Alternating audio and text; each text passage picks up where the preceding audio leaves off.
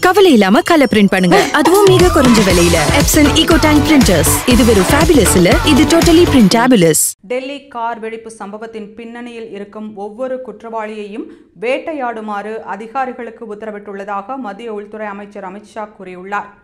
Delhi Sengottai metro நிலையம் அருகே Hyundai நிறுவனத்தின் i20 ரக கார் வெடித்ததில் 13 பேர் உயிரிழந்தனர், 20க்கும் மேற்பட்டோர் படுகாயமடைந்தனர். அந்த சம்பவத்தின் பின்னணியில் ஜெய்ஷ்-இ-முகமது பயங்கரவாத அமைப்பைச் சேர்ந்தவர்கள் இருக்கலாம் என்று தெரியவந்துள்ளது. இந்நிலையில் டெல்லி கார் வெடிப்பு சம்பவம் தொடர்பாக அமித் ஷா ஆய்வுக் கூட்டம் நடத்தினார். அதில் மத்திய உள்துறை செயலர் கோவிந்தன் மோகன், IB எனப்படும் மத்திய புலனாய்வு அமைப்பின் இயக்குனர், NIA தலைமை இயக்குனர், டெல்லி காவல் ஆணையர் ஆகியோர் கலந்து கொண்டனர். வீடியோ கான்பரன்ஸ் மூலமாக ஜம்மு காஷ்மீர் DGP கலந்து கொண்டார்.